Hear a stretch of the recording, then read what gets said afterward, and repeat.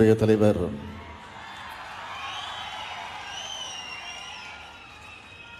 எழுச்சி தமிழர் தொல் திருமாவளவன் அவர்களே,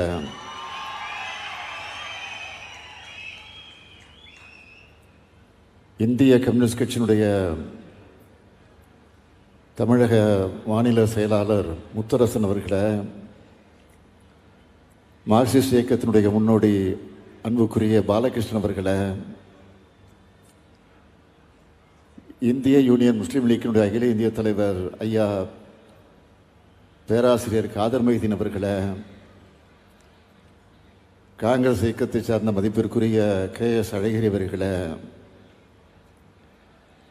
நாடாளுமன்ற உறுப்பினர்கள் திரு ரவிக்குமார் அவர்களே, திரு விஷ்ணு பிரசாத் அவர்களே, சட்டமன்ற உறுப்பினர்கள் திரு சிந்தனை செல்வன் அவர்களே, ஐயப்பன் அவர்களே, வேல்முருகன் அவர்களே, சபா ராஜேந்திரன் அவர்களே, ராதாகிருஷ்ணன் அவர்களே, துவக்கத்தில் வரவேற்று மகிழ்ந்திருக்கக்கூடிய தலைமைச் செயலாளர் திரு முருகானந்தம் IAS அவர்களே, செயலாளர் திரு ராஜாராமன் IAS அவர்களே, இயக்குனர் வைத்தியநாதன் IAS அவர்களே, மாவட்டத்தினுடைய ஆட்சித்தலைவர் திரு CB ஆதித்யா செந்தில்குமார் IAS அவர்களே, நம்முடைய அருமை பெரியவர் ஐயா இளையபெருமாள் அவருடைய குடும்பத்தை சார்ந்திருக்கக்கூடிய சகோதர சகோதரிகளே, உள்ளாட்சி அமைப்புகளின் பிரதிநிதிகளே, அரசு உயர் அலுவலர்களே, பத்திரிகை மற்றும் ஊடகத்துறை சார்ந்த நண்பர்களே, பெரியோர்களே, தாய்மார்களே, நண்பர்களே, உங்கள் அனைவருக்கும் என்னுடைய அன்பான வணக்கம். வரலாற்று சிறப்புமிக்க நாளாக இந்த நாள் அமைந்திருக்கிறது. நம்முடைய அருமை பெரியவர் ஐயா இளையபெருமாளுடைய நினைவரங்கத்தை திறந்து வைத்திருக்கிறேன். அது மட்டுமல்ல, பெருந்தலைவர் காமராஜர் அவருடைய பிறந்த நாளில் பொதுமக்களுடைய குறைகளை விரைந்து தீர்க்க மாபெரும் முன்னெடுப்பாக உங்களுடன் ஸ்டாலின் என்ற சிறப்பு திட்டத்தை தொடங்கி வச்சுட்டு இந்த நிகழ்ச்சிக்கு நான் வந்திருக்கிறேன். 2021 சட்டமன்ற தேர்தலுக்கு முன்னாடி உங்கள் தொகுதியில் ஸ்டாலின் என்ற முன்னெடுப்பு மூலமா பொதுமக்களான உங்ககிட்ட இருந்து வாங்கின மனுக்களுக்கு 100 நாட்களில் தீர்வு காண்பேன், நடவடிக்கை எடுப்பேன்னு உறுதியளிச்சிருந்தேன். சொன்ன மாதிரியே முதலமைச்சராக பொறுப்பேற்றவுடன்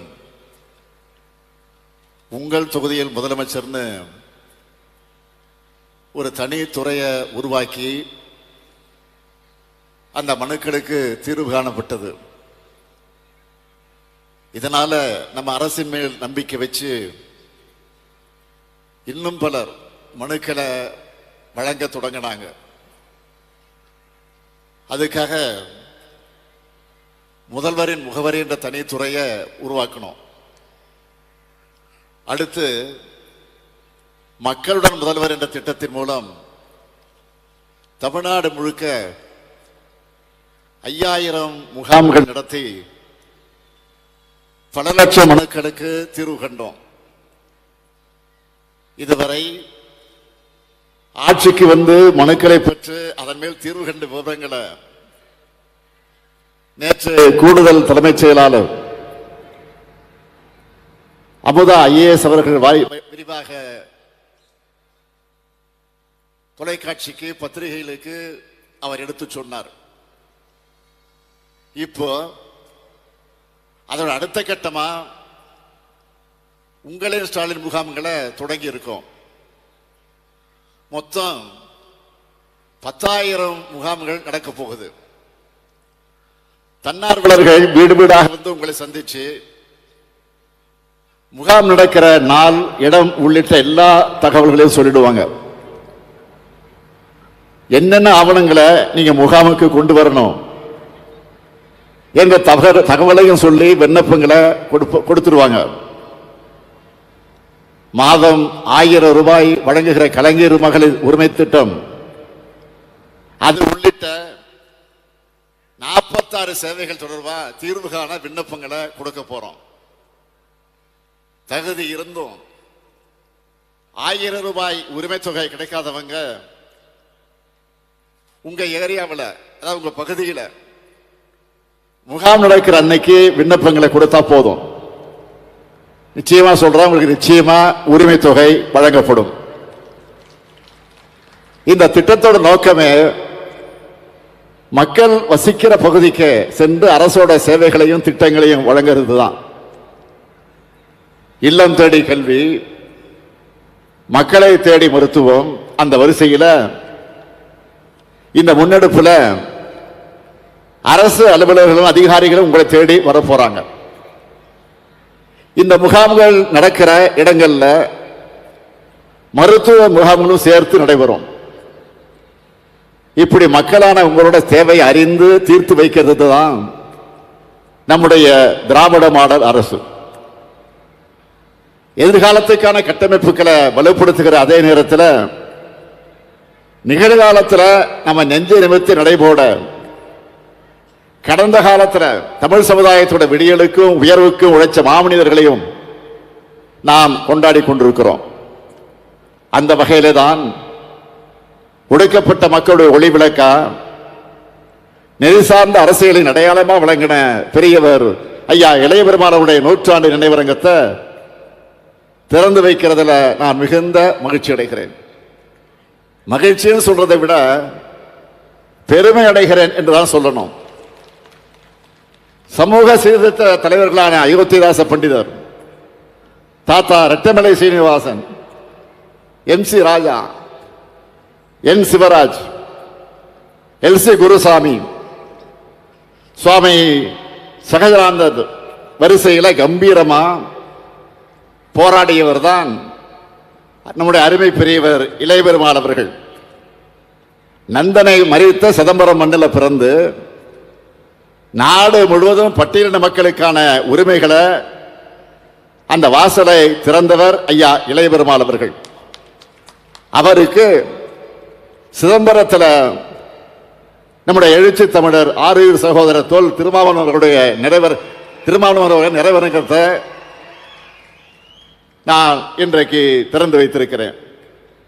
திருமாவர்கள் சிதம்பரத்தினுடைய நாடாளுமன்ற உறுப்பினர் மட்டுமல்ல, சிதம்பர தொகுதியுடைய சீர்திருத்த பிள்ளையாக அவர் விலகிக் கொண்டிருக்கிறார். அவருக்கு தன்னுடைய எழுத்தால் துணை நிற்கிறார். நாடாளுமன்ற உறுப்பினர் சகோதரர் ரவிக்குமார் அவர்கள் தனது பேச்சால் துணை நிற்கிறார். சட்டமன்ற உறுப்பினர் சகோதரர் சிந்தனை செல்வன் அவர்கள் இந்த விழாவுக்கு என்னுடைய அழைப்பை ஏற்று வருகை தந்திருக்கக்கூடிய சகோதரர் செல்வ பெருந்தகை அவர்களும், தோழர் பாலகிருஷ்ணன் அவர்களும், முத்தரசன் அவர்களும், பேராசிரியர் ஐயா காதர் மொய்தீன் அவர்களும், KS அழகிரி அவர்களும், வேலுமுருகன், இப்படி எல்லோரும் இங்கே வருகை தந்திருக்கிறார்கள். ஐயா இளைய பெருமாள் அவர்களுக்காக மட்டுமல்ல, அதற்காக மட்டும் இங்கே வந்திருப்பதாக நான் கருதவில்லை.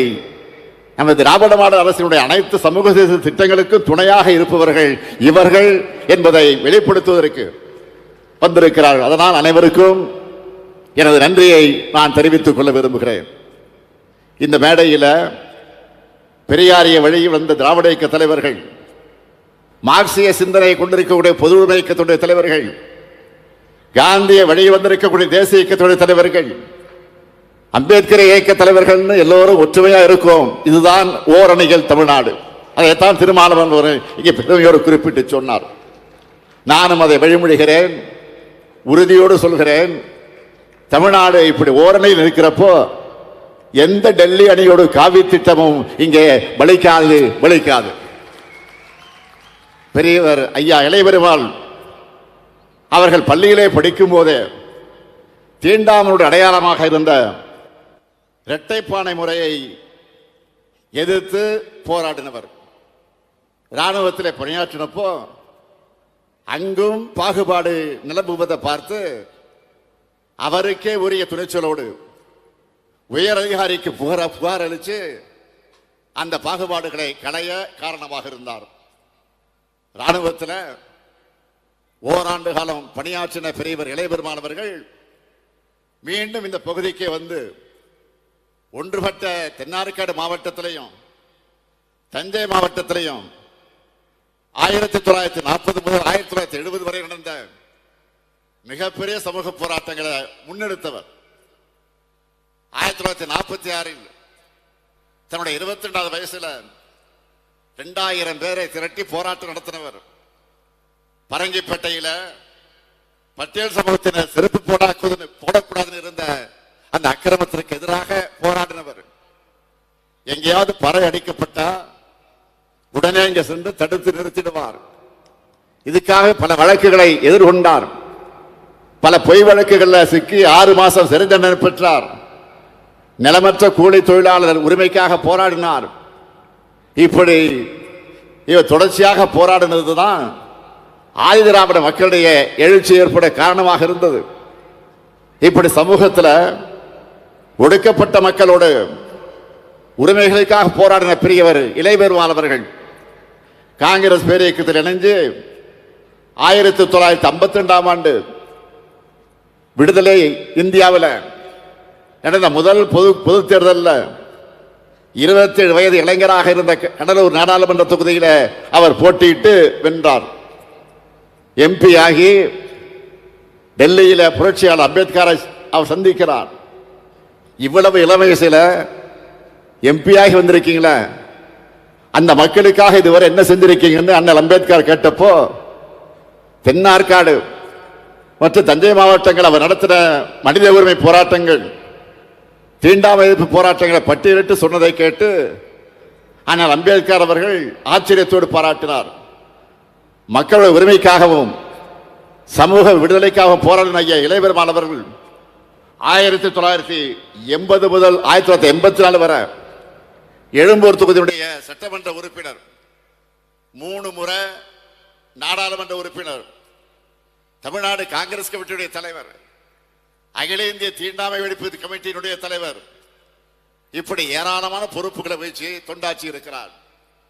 இந்த பொறுப்புகளில் முக்கியமானது பட்டியல் பழங்குடியின மக்களின் மேன்மைக்காக 1965ஆம் ஆண்டு உருவாக்கப்பட்ட அகில இந்திய ஆணையத்தோட தலைமை பொறுப்பை அவர் வகித்ததுதான்.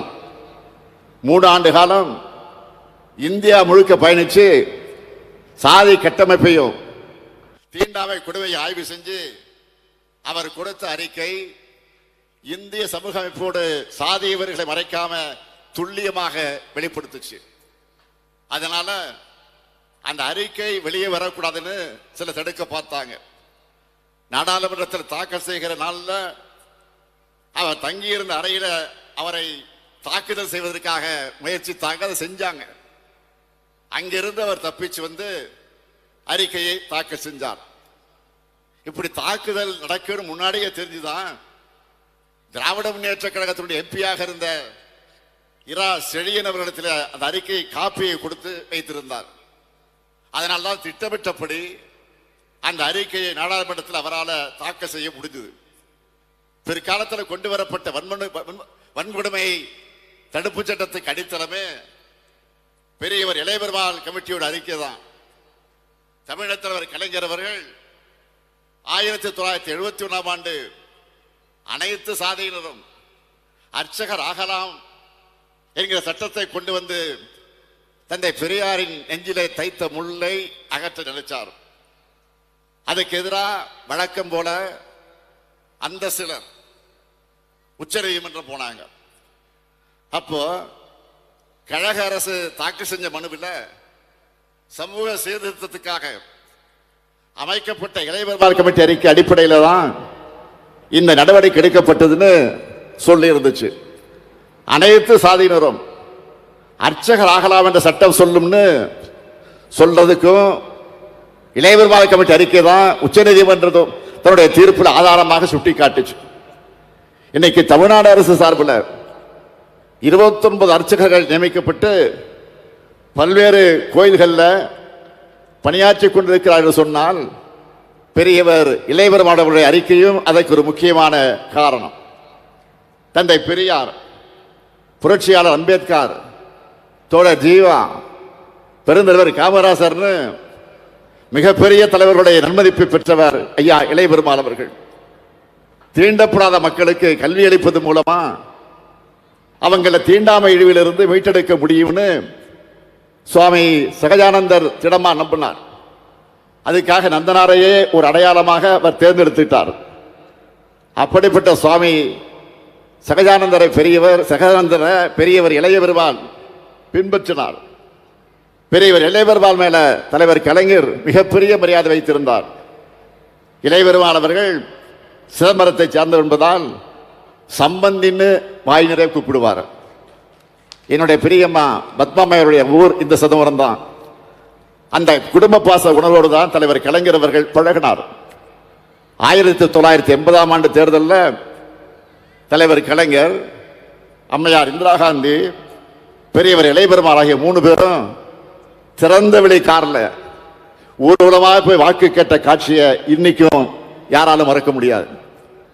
1998ஆம் ஆண்டு அண்ணல் அம்பேத்கர் பெயரிலான தமிழ்நாடு அரசின் விருதை நம்முடைய திருமா அவர்கள் குறிப்பிட்டு காட்டியதை போல முதலா பெரியவர் இளைய பெருமாளுக்குத்தான் தலைவர் கலைஞர் அவர்கள் அதை தேர்ந்தெடுத்து வழங்கினார். அதே போல ஐயா இளைய பெருமாள் அவர்கள் சமூக நீதி மாநாட்டை சென்னையில் நடத்தினப்போ அதை தொடங்கி வச்சு சிறப்புரையாற்ற முதலமைச்சர் கலைஞரைத்தான் அழைச்சிருந்தார். அவங்க 2 பேருக்கு அப்படி ஒரு நட்பு. சொல்லி வச்ச மாதிரி 2 பேருமே 1924ஆம் ஆண்டு ஜூன் மாதம் பிறந்திருக்காங்க. கலைஞர் ஜூன் 3ஆம் தேதி, பெரியவர் இளைய பெருமாள் ஜூன் 26ஆம் தேதி. செழிப்பேறாத சமூக தொண்டர்னு இளைய பெருமாள் அவர்கள் தலைவர் கலைஞர் அடிக்கடி சொல்வார். இந்த நட்போடு அதனுடைய தொடர்ச்சியாகத்தான் பெரியவர் இளைய பெருமாள் அவர்களுடைய பணிகளை சிறப்பிக்க இந்த கடலூர் மாவட்டம் சிதம்பரத்தில் அவருக்கு 100ஆண்டு நினைவரங்கம் அமைக்க வேண்டும். தமிழ்நாடு சட்டமன்றத்தில் 2023ஆம் ஆண்டு 110 விதி பயன்படுத்தி நான் அறிவித்தேன். இது ஏதோ பெரியவர் இளைய பெருமாள் அவர்களுக்கு புகழ் சேர்க்க மட்டும் நினைச்சிடாதீங்க. இது திராவிட மாடல் அரசு அவருக்கு செலுத்துகிற நன்றி கடன்.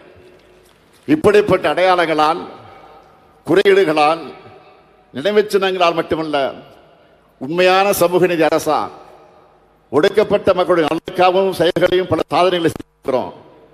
லிஸ்ட் பெருசா இருக்கு, சொல்ல நேரம் தான் இல்லை. ஆனால் நெஞ்சு நிமிர்த்தி சொல்லுகிறேன், தமிழ்நாடு வரலாற்றிலேயே திராவிட மாடல் அரசில்தான் ஆதி திராவிட மற்றும் பழங்குடியின மக்களுக்கு அதிகமான திட்டங்களை தந்திருக்கிறோம். ஆனால் இந்த திட்டங்கள் மட்டும் போதுமானு கேட்டா போதாது. சுயமரியாதை சமதர்ம சமூகத்தை பயணிக்கணும். அதையும் திராவிட மாடல் அரசு தொடர்ந்து செஞ்சு காலனி என்று சொல்ல அரசு ஆவணங்களிலிருந்து நீக்கணும்னு முடிவு.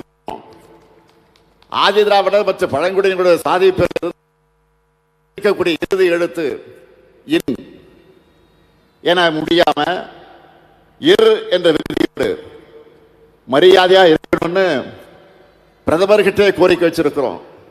அதற்காக தொடர்ந்து போராடுவோம்.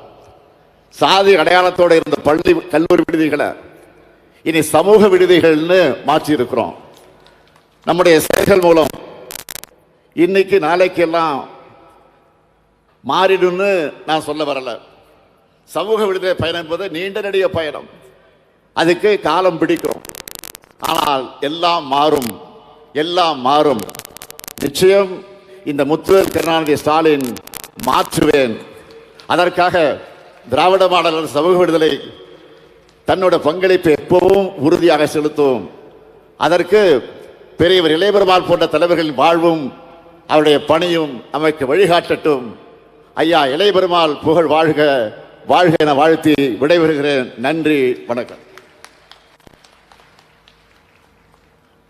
இன்னொரு அறிவிப்பு. என்ன அறிவிப்பு என்று கேட்டால் ஒரு சிறப்பு அறிவிப்பு. இவ்வளோ பேசிட்டு எதுவும் சொல்லாமல் போயிட்டா பன்னீர்செல்வமும் கணேசனும் என்னை விட மாட்டாங்க.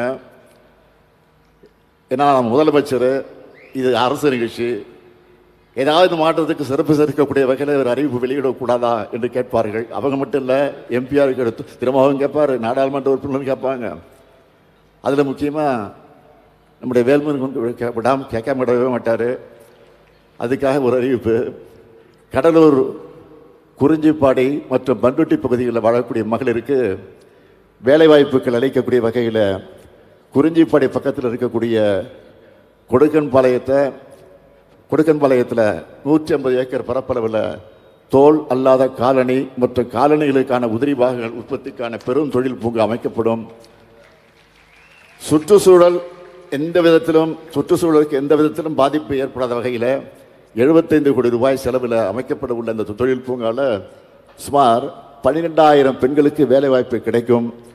இப்படி ஒடுக்கப்பட்டோர், பிற்படுத்தப்பட்டோர், மகளிர், மாணவர், விவசாயிகள் எல்லாருக்கும் எல்லாம் வழங்கி என்றும் உங்களுடன் இந்த ஸ்டாலின் நிற்பேன். நன்றி, வணக்கம்.